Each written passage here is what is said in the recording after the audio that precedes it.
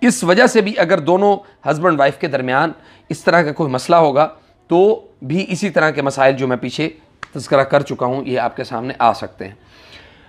اب آگے ہم تھوڑا سا آگے بڑھیں تو یہی چیزیں ہمارے معاشرے میں بے شمار جو ہے وہ خاوندوں اور بیویوں کے درمیان ہی ہمیں نظر آتی ہیں، اور پھر اس کے جو نتائج ہیں وہ ہمارے سامنے ہیں۔ اب اگر خاوند بیوی سے مطمئن نہ ہو تو وہ کہتا ہے کہ جی میں تجھے چھوڑ دوں گا، یا چھوٹی چھوٹی بات کے اوپر اس کو طلاق کی دھمکیاں اور طلاق کے الفاظ ادا کر دینا کہ بھئی میں تیرے سے الگ ہو جاؤں گا، تو مجھ سے دور رہ، میں تجھ سے دور رہتا ہوں۔ اور بعض ایسے ہسبینڈ وائف بھی ہیں جن کے درمیان صرف ایک اتفاق ہوا ہے کہ تو میرے قریب نہیں آئے گا، میں تیرے قریب نہیں آؤں گا، اور جناب یہ دونوں ایک دوسرے کے قریب بھی نہیں آئیں گے اور زندگی بھی ہم گزاریں گے۔ تو یہ ساری چیزیں مجموعی طور پہ ہسبینڈ وائف کو ایک نارمل جو خاندان ہونا چاہیے اس کو ڈسٹرب کرنے کے لیے یہ پیدا کی جاتی ہیں، اور یہ سراسر شیاطین کی طرف سے ہے۔ اب ہم آ جاتے ہیں اس کا علاج جو ہے وہ انشاءاللہ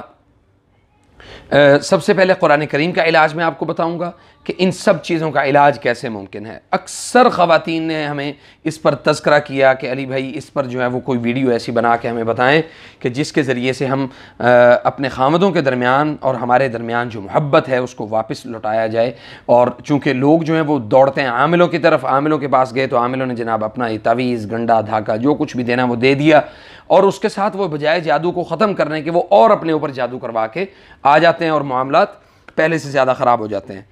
تو سب سے پہلے یہ ذہن میں رکھیں کہ ہسبینڈ وائف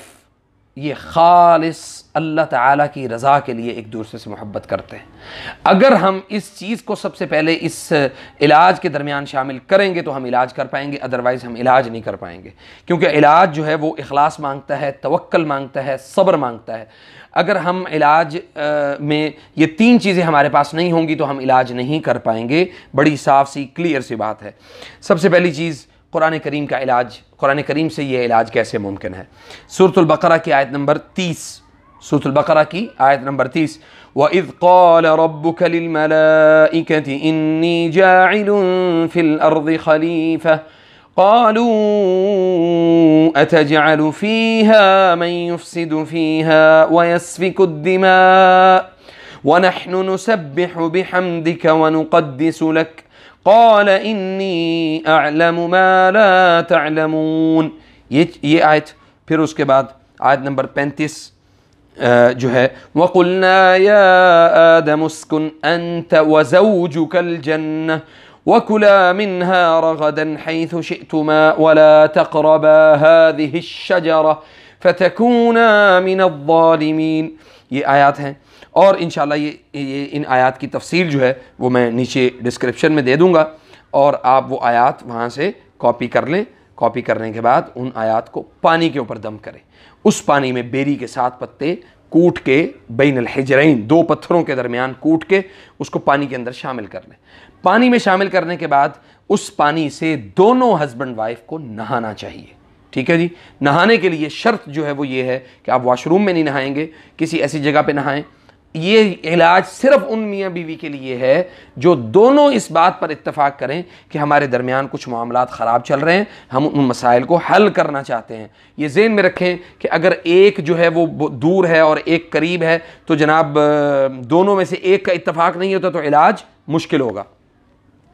اب دونوں ہسبینڈ وائف جو ہیں وہ کسی ایسی جگہ پہ جا کے یعنی مٹی والی جگہ پہ جا کے نہائیں، اور نہانے کے بعد جو اللہ نے توفیق دی ہے وہ صدقہ نکالیں، اور یہ متواتر ان کو 7 مرتبہ، یعنی آج سے نہانا شروع کریں گے تو 7 مرتبہ جو ہے وہ اس پانی سے نہائیں گے۔ اور اس پانی کو اگر رمضان میں آپ علاج شروع کرنا چاہ رہے ہیں، چونکہ آپ کے پاس یہ گولڈن ٹائم ہے، بہت خوبصورت وقت ہے، آپ اس میں بھی یہ علاج کر سکتے ہیں انشاءاللہ۔ اور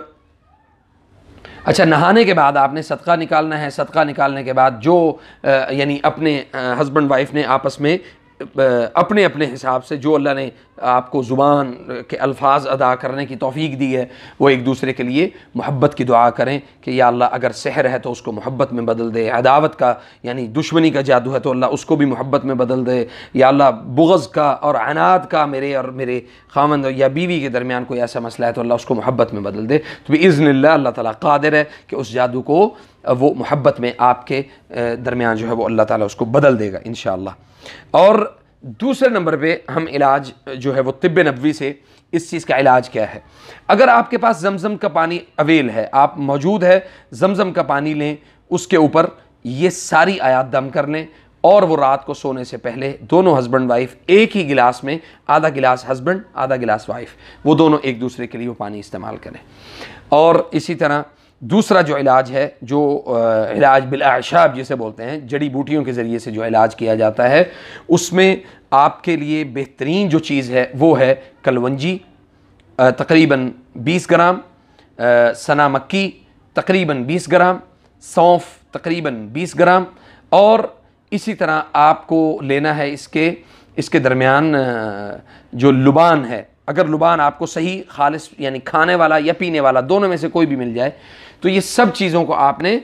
گرینڈ کر لینا ہے۔ گرینڈ کرنے کے بعد آپ نے اس کو 1 پاؤ شہد میں مکس کر لینا ہے، صبح خالی پیٹ یا جب بھی آپ نے اس کو استعمال کرنا ہے تو خالی پیٹ استعمال کریں بِإِذْنِ اللَّهِ وَبِتَوْفِيقِ اللَّهِ۔ اللہ کے فضل و کرم سے انشاءاللہ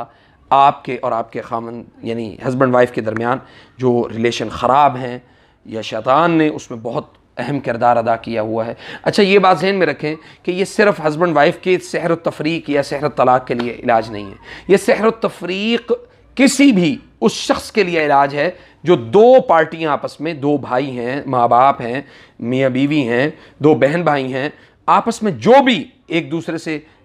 پھٹ چکے ہیں، ایک دوسرے سے الگ رہ رہے ہیں اور ایک دوسرے کو دیکھنا پسند نہیں کرتے، یہ علاج اللہ کے فضل و کرم سے انشاءاللہ ان کے لیے ہے۔ دعاؤں میں یاد رکھیے گا انشاءاللہ۔ ملتے ہیں اگلی ویڈیو میں، فجزاکم اللہ خیر، السلام علیکم ورحمۃ اللہ وبرکاتہ۔